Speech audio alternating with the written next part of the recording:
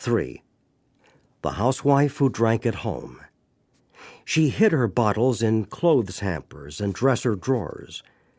In AA, she discovered she had lost nothing and had found everything. My story happens to be a particular kind of woman's story, the story of the woman who drinks at home. I had to be at home. I had 2 babies. When alcohol took me over, my bar was my kitchen, my living room, my bedroom, the back bathroom, and the 2 laundry hampers. At one time, the admission that I was and am an alcoholic meant shame, defeat, and failure to me. But in the light of the new understanding that I have found in AA, I have been able to interpret that defeat and that failure and that shame as seeds of victory.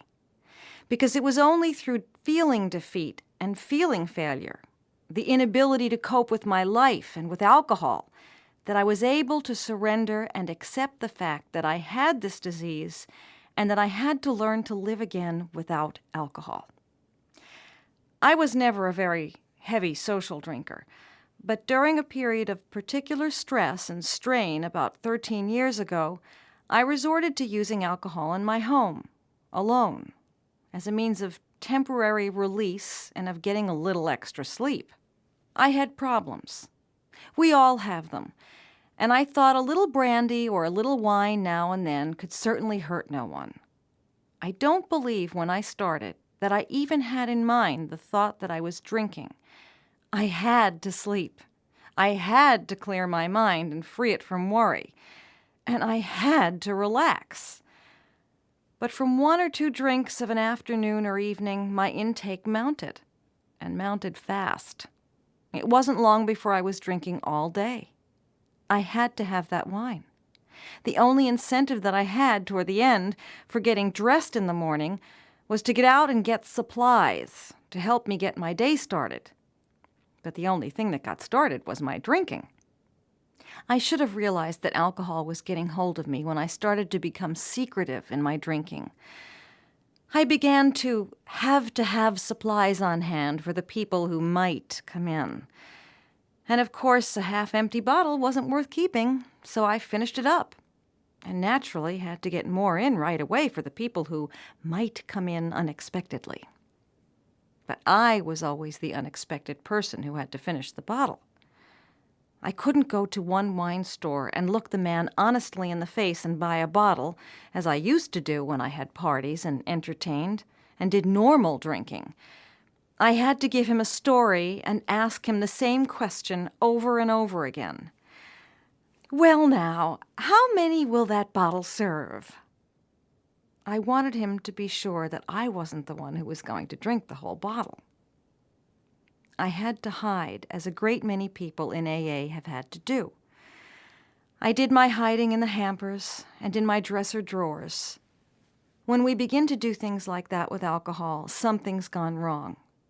I needed it, and I knew I was drinking too much, but I wasn't conscious of the fact that I should stop. I kept on. My home at that time was a place to mill around in. I wandered from room to room, thinking, drinking, thinking. And the mops would come out, the vacuum would come out, everything would come out, but nothing would get done. Toward 5 o'clock, helter-skelter, I'd get everything put away and try to get supper on the table. And after supper, I'd finish the job up and knock myself out. I never knew which came first, the thinking or the drinking.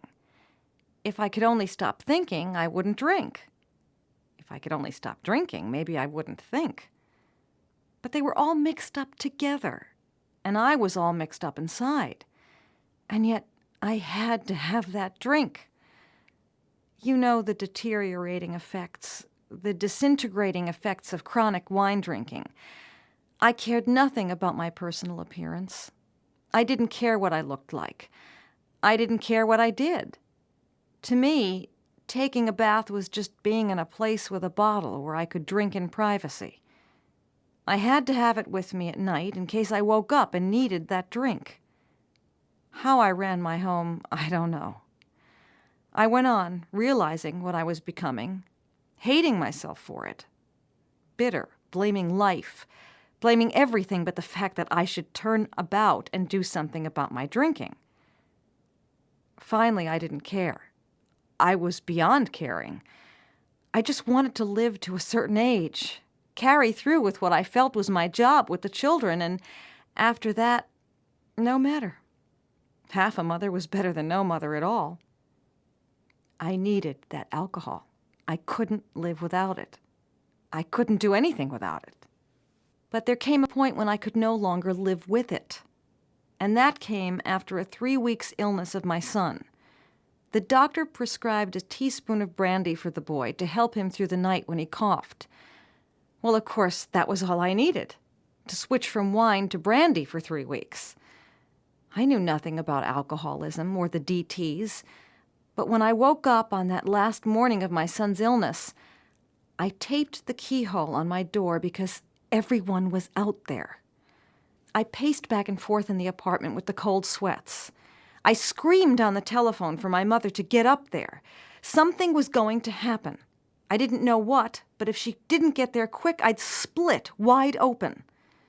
I called my husband up and told him to come home.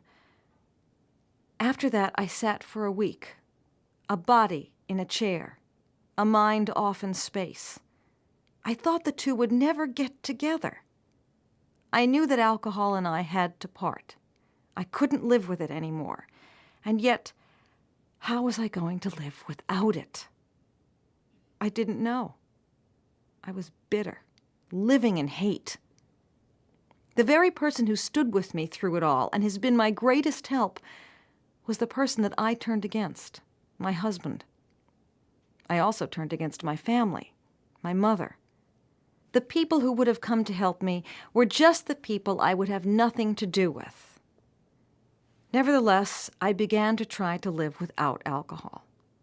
But I only succeeded in fighting it. And believe me, an alcoholic cannot fight alcohol.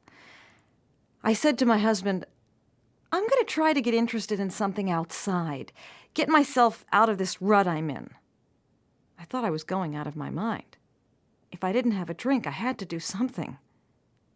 I became one of the most active women in the community, what with PTA, other community organizations, and drives. I'd go into an organization, and it wasn't long before I was on the committee. And then I was chairman of the committee. And if I was in a group, I'd soon be treasurer or secretary of the group. But I wasn't happy.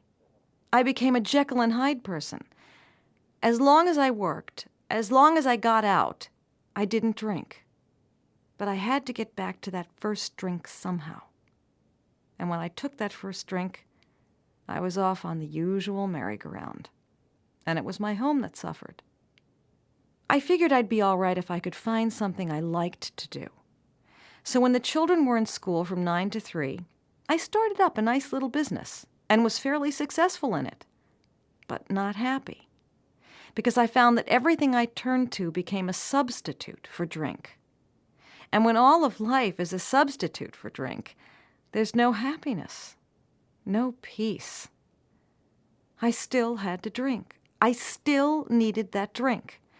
Mere cessation from drinking is not enough for an alcoholic while the need for that drink goes on. I switched to beer. I had always hated beer, but now I grew to love it. So that wasn't my answer either. I went to my doctor again. He knew what I was doing, how I was trying. I said, I can't find my middle road in life. I can't find it. It's either all work or I drink. He said, why don't you try Alcoholics Anonymous? Well, I was willing to try anything. I was licked. For the second time, I was licked. The first time was when I knew I couldn't live with alcohol. But this second time, I found I couldn't live normally without it, and I was licked worse than ever. The fellowship I found in AA enabled me to face my problem honestly and squarely. I couldn't do it among my relatives. I couldn't do it among my friends. No one likes to admit that they're a drunk, that they can't control this thing. But when we come into AA, we can face our problem honestly and openly. I went to closed meetings and open meetings, and I took everything that AA had to give me. Easy does it. First things first, one day at a time. It was at that point that I reached surrender. I heard one very ill woman say that she didn't believe in the surrender part of the AA program. My heavens! Surrender to me has meant the ability to run my home, to face my responsibilities as they should be faced, to take life as it comes to me day by day and work my problems out. That's what surrender has meant to me. I surrendered once to the bottle, and I couldn't do these things. Since I gave my will over to AA, whatever AA has wanted of me, I've tried to do to the best of my ability. When I'm asked to go out on a call, I go. I'm not going. AA is leading me there. AA gives us alcoholics direction into a way of life without the need for alcohol. That life for me is lived one day at a time, letting the problems of the future rest with the future. When the time comes to solve them, God will give me strength for that day. I had been brought up to believe in God, but I know that until I found this AA program, I had never found or known faith in the reality of God, the reality of His power that is now with me in everything I do.